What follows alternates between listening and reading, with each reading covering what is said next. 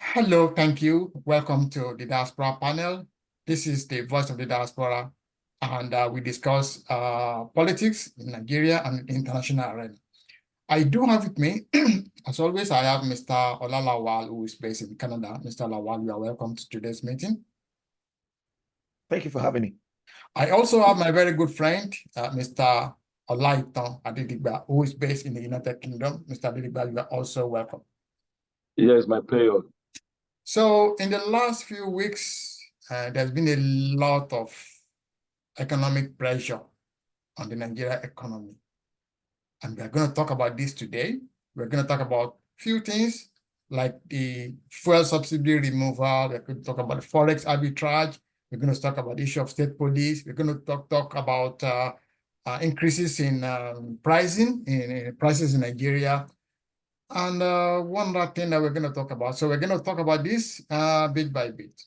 So if I want to, before we go into our conversation, if this is your first time of, looking at the diaspora panel, I want to say thank you and welcome. And if you have not yet subscribed, please hit that subscription button. It means that anytime we do the next video, you'll be one of the first people to know about it. If you have any queries or you have any information for us, please send your email to info@diasporapanel.com. So today, we're basically going to talk about something called Tinubunomics, or the economic policies of President Bola Tinubu. In the last 9 months, we've seen President Tinubu is taking over power. He has introduced some economic policies. And after 9 months, the question we're asking is, how far? What is, have we benefited, or has things got worse? What is going to happen next? What should the president do? Where are we? So this is basically what we are going to discuss today. So first of all, let me start with you, Shukwo. We know that on the first day, when the president was reading his speech, one of the first things he did was to tell us that the president subsidy is gone.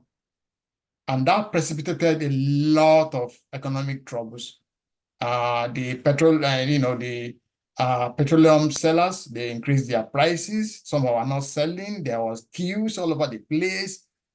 And if I remember correctly, during the election campaigns, all the presidential candidates said they will remove petroleum subsidy. It's not that the subsidy itself is bad. It's because that people have abused it. A lot of people are not bringing anything in. They were claiming subsidies. People are bringing the PMS in. They were transferring it. They were taking it to Cameroon, to Benin Republic. There was no accountability. Everybody, they were stealing money, basically. And in order to stop that leak, the president removed the subsidy. And now we know that the state governors, they are taking in much more money. Most of them are taking at least about 2 to 3 billion extra, every month. So, Shukwo, if you will now look back 9 months ago to now, after the removal of subsidy, what do you think has happened? Do you think it's a good idea? Do you think now, with looking behind, do you think it's a bad idea? Do you think the president should have done something differently? What do you think? What do you think has happened, Shukwo? Well, thank you very much for having me this morning. I think it was it was obvious that at some point in time, the fuel subsidy will have to go. It was a matter of when, and as you said, I think all of the presidential candidates, including Peter Obi, did say that the subsidy will have to be removed. I think where this government may have missed it is in the manner in which it was done. And if you're going to embark on a large-scale policy of this nature, it has to be accompanied with proper messaging and communication. because sometimes, people may ask for things that they may not necessarily understand what the impact or the ramifications would be. I mean, if I compare how much PMS is sold per liter in Nigeria now to, what, for example, we pay here in Canada, it is about comparable. So, which means, in Nigeria, it has been very heavily subsidized. Now, for Nigerians, I think you can also understand because of so much mismanagement, corruption, and embezzlement, that is about the only benefit that Nigerians think that they get, from the government for all of the resources that the country has. So it is a very important resource, and the only thing that the average Nigerian can say they're benefiting. So I think, in a nutshell, I think the government could have done a better job of messaging the impact, and then do a little bit more to maybe cushion the impact. But I think it is obvious that the subsidy had to go. It was very badly managed. Or maybe another thing that the government could have done, maybe could have been, figure out another way to get the subsidy to the average man. And I'll give you an example.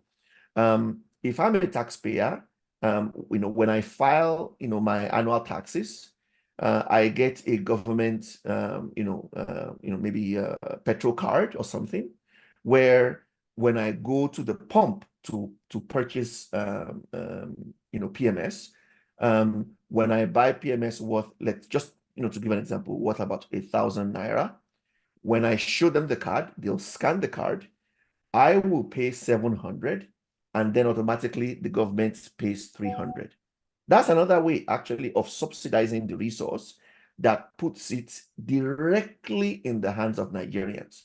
So I think the government probably should have looked at other avenues of cushioning, the impact, or revamp the program such that the money is not given to the people who are actually importing it, but it's actually given at the pump.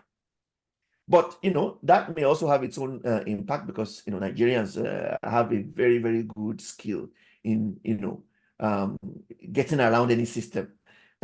So, but that I think would have been another good way, because what that now does is, if you want to actually benefit from it, you have to file your annual returns. When you file your annual returns, you get your, benefit card, you get, whatever other card, health card and whatever, and then you can actually benefit from a lot of these programs that the government will have.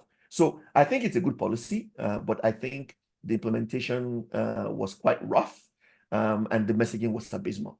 Thank you very much. Lighton, I'm going to take it from where Shukwo stopped to ask you your own first question. Now, Shukwo has, brought a very brilliant idea that, listen, we can actually subsidize the end user. We can, instead of giving money to all these fat companies. And I'm thinking that, although Shukwo is making a good point, the problem with that filing of tax return is that not many people pay taxes in Nigeria. The people, the taxi driver, the bus driver, they don't pay taxes. So that's where the problem is, because we don't have that kind of system in Nigeria where everybody filing their tax, everybody pay their tax. A lot of people don't even know what tax means. But I think it's a good idea in that now that we have the Port Harcourt refinery has eventually taken off. I think they're starting production now. There are a few other modular refineries. There's one in Cross River State. There's one in Edo that has actually, they're producing. So, Lighton, what about if Nigeria brings this subsidy back in a different way? For example, we have this oil under our feet. It's a lot of oil, billions, of liters there. If we supply this crude to Kaduna refinery or to DRC modular refineries at 100 naira per liter, for example, instead of supplying it to them at international market, we can supply it to them at, say, 100 naira. and tell them to sell to petrol station once they refine it at 150. So we can bring the price down from 600 to 150. Because the problem now is what Shukwa has talked about. We are trying to sell petrol at international price in Nigeria, but we are not paying, international, salaries. Okay, so the price of petrol in Nigeria now is the same price of petrol in Dublin, where I am, around maybe $1. In Nigeria, they're earning 20,000 naira, 30,000 naira a month, which is about $10, right, or maybe $15 now. In Ireland, people are earning about 1,800 a month, euros. So we are trying to sell something in Nigeria at international rate, but we are not paying the international salary. So the economic doesn't match. So that's why you have somebody who's earning 30,000 a month, but the price of a bag of rice is 70,000. So you need to work for 3 months to buy a bag of rice. So there's no match. So we need to bring the economy down to the level where people can actually operate. So, Lighton, do you think that if we Shukwa, let me you answer that question. If we bring down the price, to if you sell to these refineries, if we sell to them, say at about, deliver this crude to them, and they can supply to the petrol station at about 150, so that will bring down. Do you think that would be a good idea? Oh, massive. I think that will stimulate the local economy. As a matter of fact, I'm a believer that monopoly is never a good deal for end users. It's only a good deal for the manufacturers or the suppliers. What I would actually recommend is for the government, for example, to freeze import duty on importation of materials that will be used to build refineries. In fact, if you have people who have knowledge in this area, issue licenses, give them government loans to be able to build refineries, and then sign an extended contract with them to provide, crude, to their refineries, at a negotiated cost. And that also means you can negotiate, the end result of what the final price will be at the pump. So that's one way you can actually do it, but have enough of them, all producing, so that there's competition. Because what happens also is that once there is competition, it works, much better, to kind of reduce the overall costs, at the pump. So that is what I would have, I think the government, should have done. And then at the same time, bring all the dead refineries, back into operation, the Warri refinery, the Port Harcourt refinery, and the Kaduna refinery, all producing. The impact of that to the local economy will be huge, because, all of these refineries also have service industries that will serve them. And they will employ, a lot of people, both, in refining, in distribution, logistics, and a lot of, these areas. So I think, that would have been a much better way to do it. Now, let me come back to the idea of maybe subsidizing at the pump. The reason I said, people can get their subsidy card, if I just call it that, after filing their tax returns, is that, you see, if you tie things to filing taxes, it has a way of getting rid of ghost people. So if I'm a person now that I've adopted 3 or 4 different identities, supposedly, if I have to pay tax on those identities, trust me, they will all disappear. And filing taxes does not mean I have to pay tax. Okay, even let's start with everybody file your income tax, tell us how much money you made. And then we determine, each year what your tax bracket will be and how much you should be paying. So however you want to do it, whether you want to be paying it, at the end of every month, or, when you do your electronic transactions, you ask your financial institutions to withhold a percentage of it, so that at the end of the year, you have something that you can give back. You see, the challenge with Nigeria is we want to enjoy the benefits of a civilized society, but we don't want to pay the price. It's not possible. We have to get to a point where people pay their fair share of taxes, and at the same time, demand that the elected officials, deliver on the mandates that they've been given.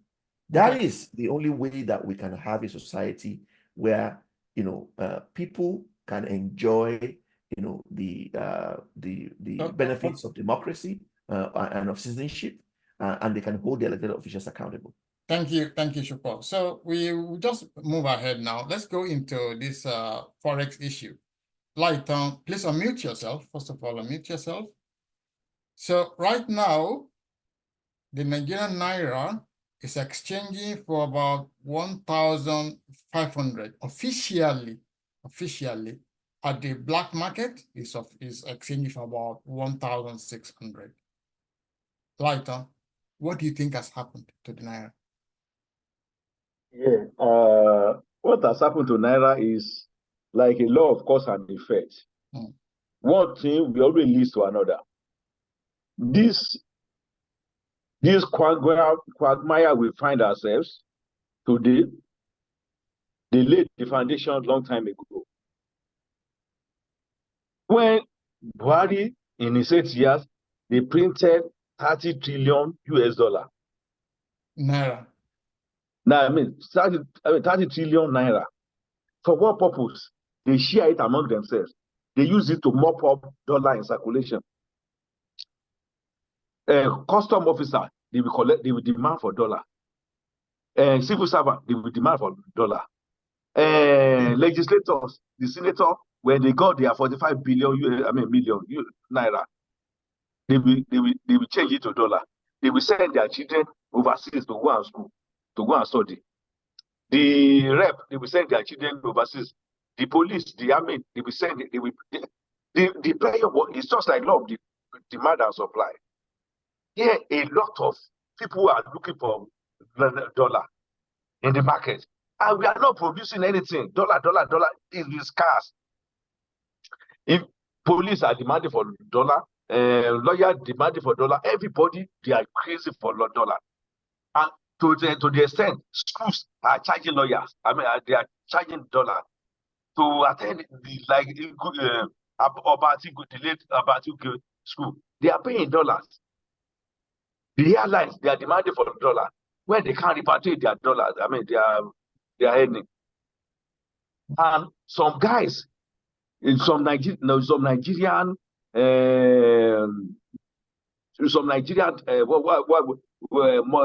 heavyweight businessmen, they are buying dollar at the exchange rate, and they are taking it back. They are round tripping, right?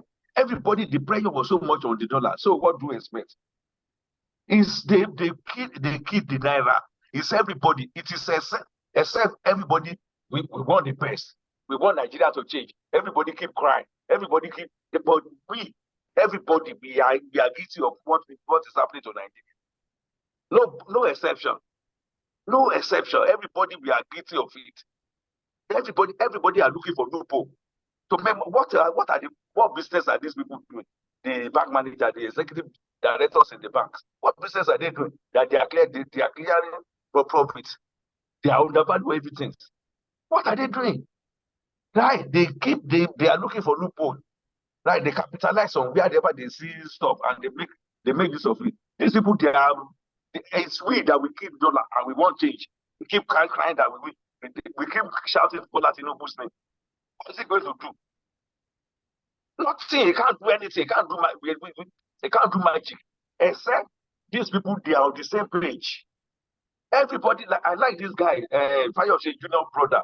He said everybody that has dollar in their account, they should frozen it. They should change it to dollar. I mean naira.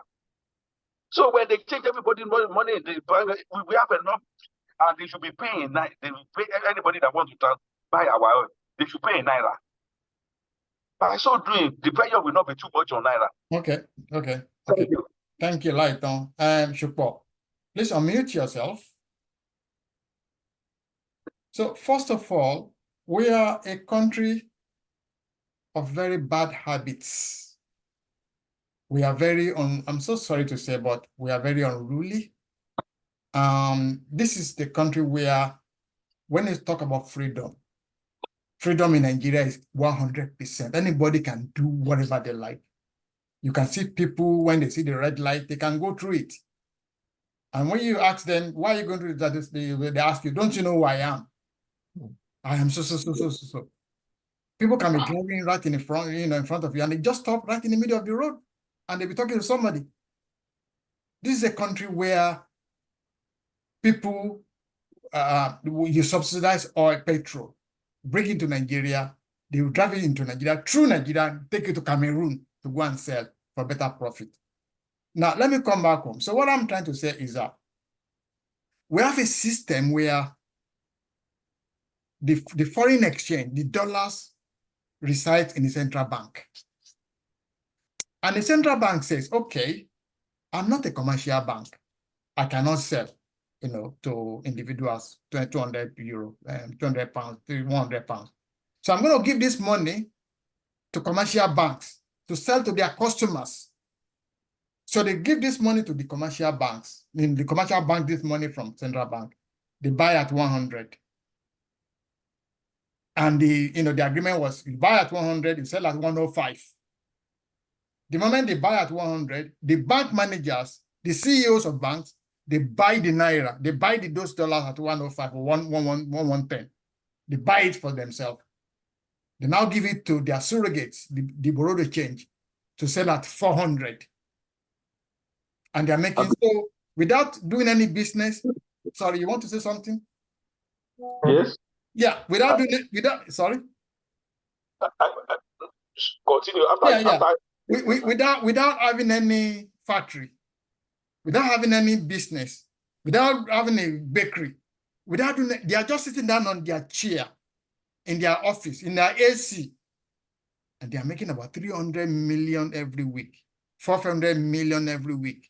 And then you'll be hearing that the dollars is being sold, they can sell at any amount they want. Once they take it away from the central bank, they can do whatever they like. That's why all the CEOs of this bank, most of them, they started as floor workers in the banks. Today, they are the CEO, they are the owner of the banks. So what I am trying to say here is that because of the behavior, because of our behavior, of our culture, Shukwa, don't you think that it is high time for the central bank to stop giving money to commercial banks? What I'm suggesting is the central bank should open a portal, a web portal. You want to buy dollar, go to that portal, apply for dollar. If it's 1,000, you want to apply for it.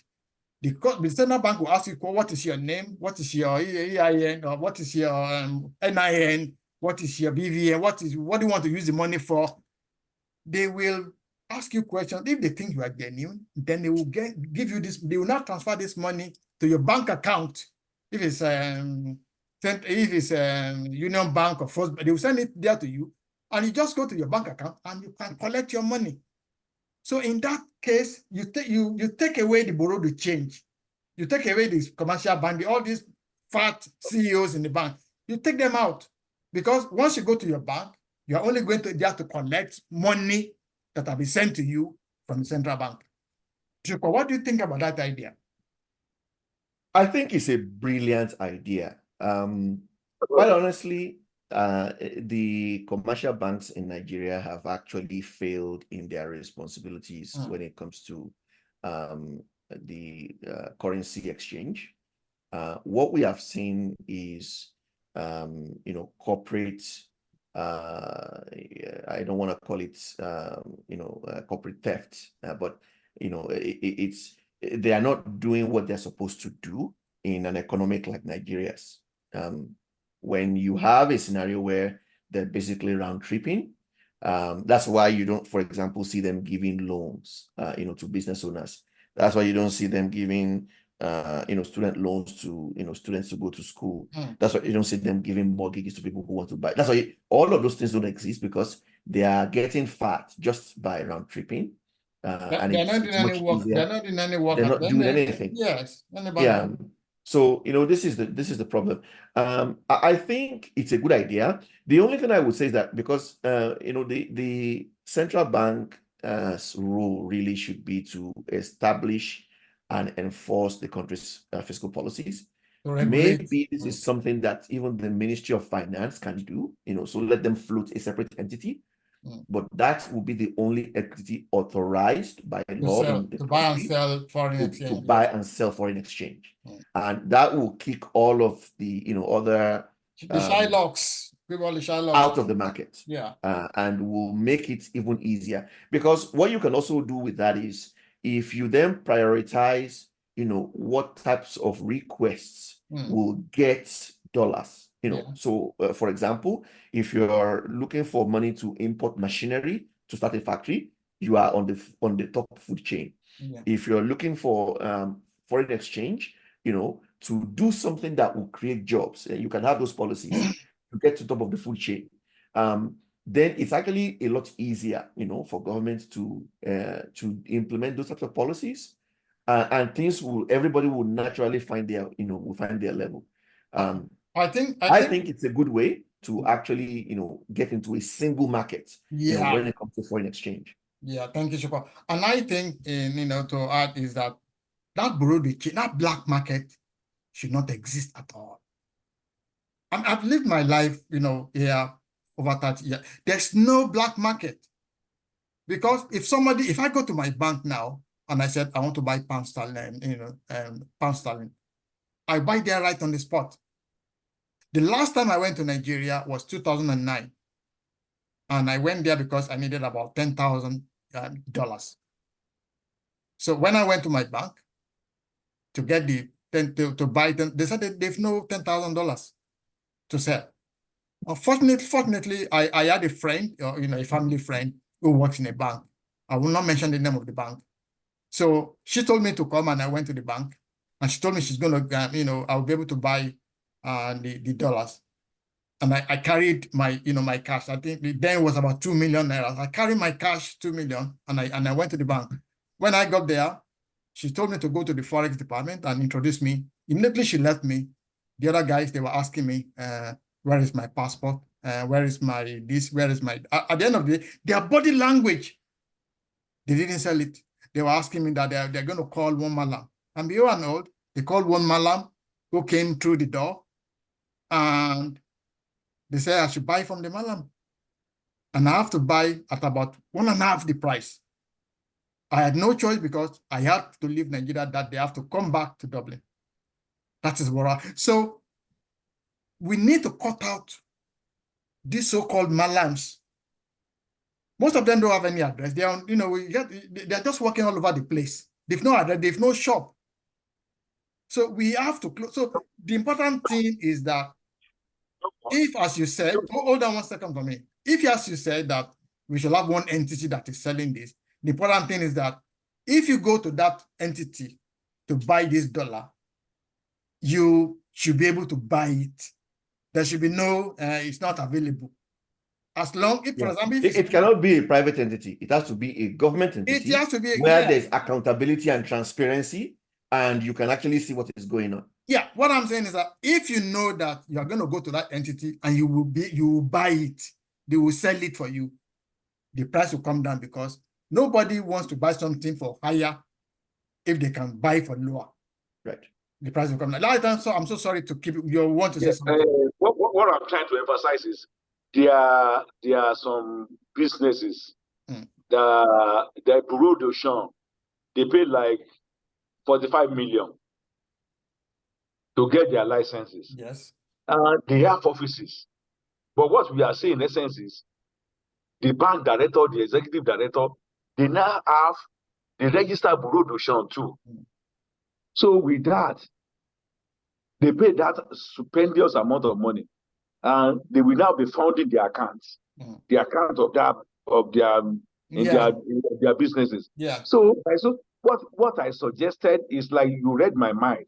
That we are saying the same thing, that these people, they are a central bank in all the states of Nigeria. Yeah. So they should disburse if you want to buy more than two, like Obasanjo did when we have the bureau de change license. Obasanjo said no individual should buy more than $2,000 during the Sanusi.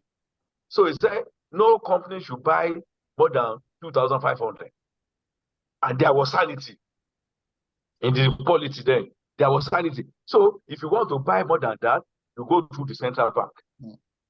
So if you go through the central bank, you have to bid for a week. They bid every Monday, and we collect it on Friday, right? So if that thing is regulated like that, right? They bid today, by tomorrow, the CBN will know, okay, by Wednesday, CBN should disburse to their bank. So the bank now will disburse on Friday to anybody that wants to buy, who bidded for the amount of money. So, and the record will be there. You can trace with the NIN. You can trace those people who get what. We know the amount of money they collected. So I think it will be better, right? No individual can buy. So public office holder or banker, you should not buy, except like you buy more than the necessary. So the name will be there, the record will be there, and they can trace everything. So that is how I think they can do it. But for bank manager to be saying, okay, go and take the dollar from here, I'm sending my children to I'm sending my daughter to London to be. No, it is not done. Must subject ourselves to the law of the country. Okay, continue. Let me just allow any loopholes that they are looking for, they are capitalizing on to make more money. The fast game, they should make sure they cut it. And once they cut it, anybody found guilty, they should be jailed. And the judiciary too, they should they should be in tandem with what Tinubu is doing now at the present moment. They should be jailing them 25, 30 years. And they enact law. They pass the bill in the house. Anybody that is found guilty of economic sabotage, it should be 25 years imprisonment. We will say that things will be normal. Thank you. Thank you, Lighton. In addition to what you have said, there's a Yoruba proverb that says that when you want to make a medicine for somebody who's deaf, you make sure you explain it to him. So that he doesn't misunderstand you. So because in Nigeria, we have the most intelligent people on earth. People are very smart. If there's one single loophole, everybody will work towards that loophole. You understand? So my idea is that nobody should be allowed to sell forex in Nigeria apart from the central bank. Even if somebody goes to the bank and say, I just came back from UK, I want to sell my dollars, you give it to your bank should remit it to the central bank. So the central bank will set up a system where they can interface with everybody. But it's a big job. Yeah, you employ people, you set them up in an office. People will be going on the online. They will be typing, okay, I want to buy 1,000. What do you want to type it? What do you want the money for? You have to explain. You give your ear. So you know who is buying, because what is going on now is that we don't know who is mopping up these dollars. Some of these governors, they collect their allocation. They just go to their BDCs. They just wipe everything out. That is what they do. That's what they're doing. They want change. Yeah. They are saying that enough is enough. The PDP governors, for what? They gave them 5 billion. They mop up all the dollars in the circulation. They gave them application. They mop up the monthly FAC meeting. They collected the money, and everybody they just anybody that wants to get dollar, you must have questionnaire. You must have the purpose if you want to do it. You must feed it. You must have your passport. You must have the visa. Where you want anything you want to do. Let us see it. And external auditor must be coming. Right? It must pass through. No, it must pass through external auditor before they approve it. Right? And again, and again, like now, there are some entities in Nigeria, especially the opposition, who are thinking we are going to make sure this government doesn't succeed. That is what I saw. And they are trying that, and they are all buying these dollars and keeping it. There are some people, there's some ethnic jingoists who are thinking, yes, and this Yoruba president, we make sure it doesn't succeed. And they are buying dollars, keeping under their bed. So that's why we need to have a system that is completely controlled by the government. Who is buying what? If somebody goes to the market and say, I want to buy $500 million, what do you want to use $500 million? As far as I'm concerned, there are only three things Nigerians should be importing. At this time now, you should be importing machineries for industries to survive, medications for people who are sick, and maybe technology. We should not be allowing people to be importing sugar. We should not be allowing people to be importing toothpick into Nigeria. It should not happen. It should not happen. All this stuff. No. It's all we can produce in Nigeria. Yeah. So we just discussed about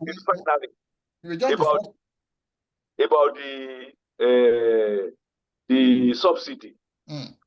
Government should have put in place a necessary machinery to push the effect. And we say that some people are signing, are approving whatever they bring.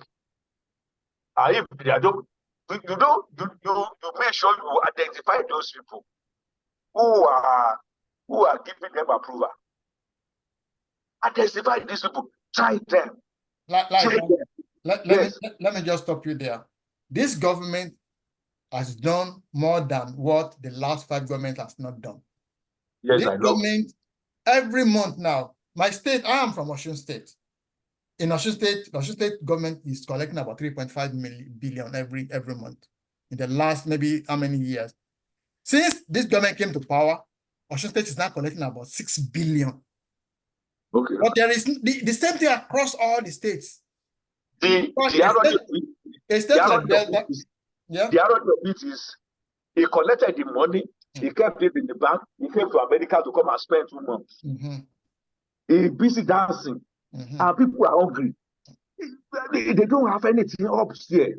They don't know that they should introduce a skill acquisition in Nigeria for all the people who are suffering. They gave you money for people who are suffering to elevate their situation. You don't give them. Right now, the federal government is giving about 35,000 to every worker every month. They are still complaining. The federal government has disbursed thousands of rice to each state. They kept it. They kept it in the warehouse. They kept it. They kept it. What else can the federal government do? And everybody is shouting at federal government. What is happening is that the governors are the problems. The governors are the problems. I saw some advertisement. They said in Emir of Ilorin Palace, they now wrote Biafra stuff on top. Biafra broadcast. So I saw these are Obi people, right? So not what they are doing, or what they are doing is they want to bring this man down. And none of them, as in the issue of Nigeria, none of them has given as much as this within 6 months, within 9 months, to the people. But those people, the only issue I discover about this issue is everybody should be on the same page. The Mr. President should be on the same page with the minister, with the legislator, with everybody. And when you let them participate in their own affairs, it should not be a bottom-down approach. It should be done top approach. Let them contribute. Let them say whatever that concerns them. Let them tell you their feelings. Then you ask them the suggestion, the resolution. What is the way out? Then whatever might be the resolution, then you base it on whatever you want to form, the policy you want to form, in policy decision making. That is how it should be done. Like that. Everybody they want to steal, right? Yeah. Tell them that you cannot be stealing again. It's no more business as usual, right? We want to work. We want to elevate the situation of the people, right? You know what I've just come to my mind now is that this monthly allocation that's going to state governors. Every state is collecting about an extra 3 billion naira. I am going to suggest, Mr. President, sir. Yes. Stop giving this money to state governors. This money, this 3 billion, give it to individuals, even have to give them 10,000 every month. Spread it as social welfare benefits to individual people in different states. Don't give it to any governor because they are chopping this money. They're chopping it. The money is not reaching the ground. One governor in the Southwest has just bought a private jet the last 2 weeks. I understand. One governor. So is this the time to buy a private jet? And our people in so this money, the president is doing everything to make sure that he looks after people by giving out rice, by giving out more money to the governors. But the money is not reaching the grassroots. So the best thing the president can do, if you want to give rice, sir, go and get your people on the street and give them the rice there, or ask people to register to go to a particular people to go and collect the rice. If you want to give money, collect names of people who are vulnerable in every state, give them 10,000 every month. The money they should emulate the way they are doing in overseas in America. So, they should give people in the villages, the people in the town, people who are not working, people who are crying, they should give them a food stamp. The food stamp, they will enable them to go and get food in all the stores. They will have a warehouse instead of from that they will be giving them a food stamp. So the food stamp, the food you can eat for a week, you collect it. After you finish, you collect it, you go back. So we have the checklist that we did in 2014 to 2015, the identification of the poorest of the poor people in Nigeria. So the checklist is there with the World Bank and Office of the Social Development in all the states and the local government in Nigeria. They have it. They should go back there. Even the disbursement of naira, maybe 10,000, 50,000, they want to be. They should use that checklist too. So it's better rather than giving the state governor the money to go and we have the money they will change to dollar and the pressure will be on naira. So it's wrong. Thank you, Shukwa. I don't think we can discuss anything about let me allow Shukwa to just have one word before we just close. Okay. Thank you very much. I think it is obvious that the current government is trying to implement the appropriate fiscal policies. I think the government can do a little bit more in their messaging. And I think another example is what you've given. If states are collecting $3 billion more than they used to collect, the federal government needs to make that known to Nigerians. As a matter of fact, have a portal where you actually publish how much money you are disbursing to the states. Let the people go and ask their governors what they are doing with the extra money. So there's a lot that can be done in better messaging, in collecting feedback from people, and in using those things to better enhance a lot of the programs that they're doing. Yeah, just to buttress your point, let me show you the allocation for the allocation in the last 1 month. I'm going to show you on my PC. Please bear with me 1 moment while I just show you this up. So give me a moment. Zoom out. So I'm just gonna share my screen. Can you see my screen? Yes. Yes. All right. You can see these are the allocations before the advent of this government. Administration. Sorry? Administration. Yeah, because the advent of before this government came to power in May last year. You can see Abia State was on 4.5 billion every month. Yes. Now they are collecting about 6.4 billion. That's about 2 billion extra. Look at Adamawa State. Look, in fact, let's look at a state look at Delta State. Delta State Do you know that Delta State is collecting 38 billion, almost about 40 billion every month? 40 billion a month. And people there are complaining that there's nothing, nothing is, it's not touching base. Eh? Look at Lagos State is on 12 billion. I know Lagos State is doing a lot. That is the best state in Nigeria. Yes. Doing a lot. So I have no complaint about Lagos State. Look at Edo State from 7 billion, to 7.3 billion. Look, Enugu State from 3 billion to 6 billion. Cross River from 4.5 billion to 5.2 billion. So all these, states, they are collecting much more money. But what are they using the money for? The federal government is saying that we should have state police. Some of them are saying the reason why we cannot have state police is because we won't have the money to fund it. But they are collecting about 500 million every month as security votes, which they cannot account for. They can't account for it, and they don't want to be accountable. It has to stop. All this rubbish has to stop. They cannot fund state police, but they're collecting security. The security. That is where the elites, the NSC. I saw them. They said they wanted to do peaceful movement, what is it called? Peaceful protest. I said, what on that are you? The people who are getting fat salary, the people who are getting who are changing their money, the funds into dollars. You don't shout on them. You are not shouting on the Mr. President.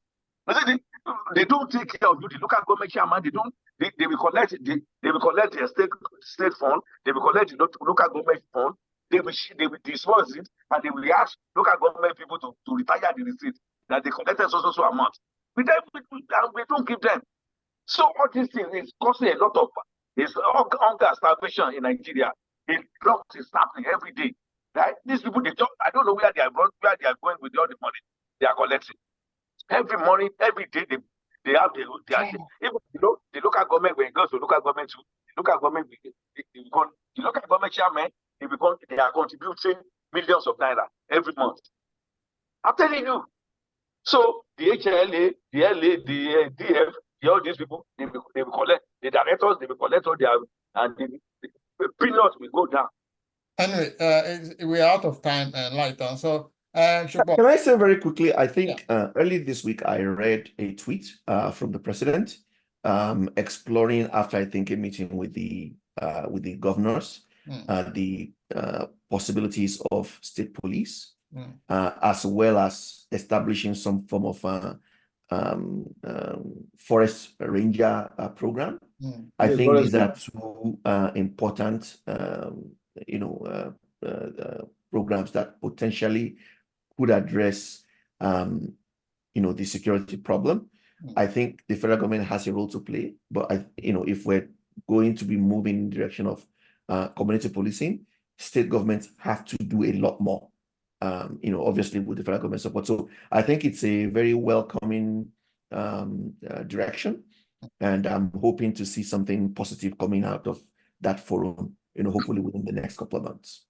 I think so too. I think it's a very welcome development. The problem we are facing in the country, nobody wants to address it, is our inability to speak out. The police, they gave them on paper, the sergeant, they gave them on paper 90,000 naira. But they are giving them 50,000, 40,000 naira every month. What are they going to do? Somebody somewhere is collecting 40,000 on one officer. So what are they? I'm sorry, Lighton. You gave them gun. You gave them to be on the road. Are you saying that their salary on paper is 90,000 and they are collecting 50,000? 50,000. Is that confirmed? The police that they caught, two police that they caught collecting money from one people that they dismissed. He said they are giving them 90,000. They are giving them 50,000 instead of 90,000. That the 90,000, they are supposed to be giving 90,000, but they are collecting 50,000. It's confirmed. He said it, that they dismissed them. That why would they know? What are they going to do with 50,000? You ask them to be on the road. Everybody is comparative advantage. Everybody wants to take advantage where you can utilize your advantage. That is it. Anyway, thank you very much. Like, we could be here all day, but we are out of time. We are terribly out of time. So I want to thank you very much, Mr. Olalawal from Canada. Thank you for coming to today's meeting. Thank you for having me. And my very good friend, Mr. Olaitan Adedigba in America. Thank you so much for your passion for this country. It's my pleasure. Viewers back at home, we say thank you for watching us. And from me, by the way, my name is Dejolaya, and I'm based in Ireland. Thank you, and we hope to see you again next week. Goodbye.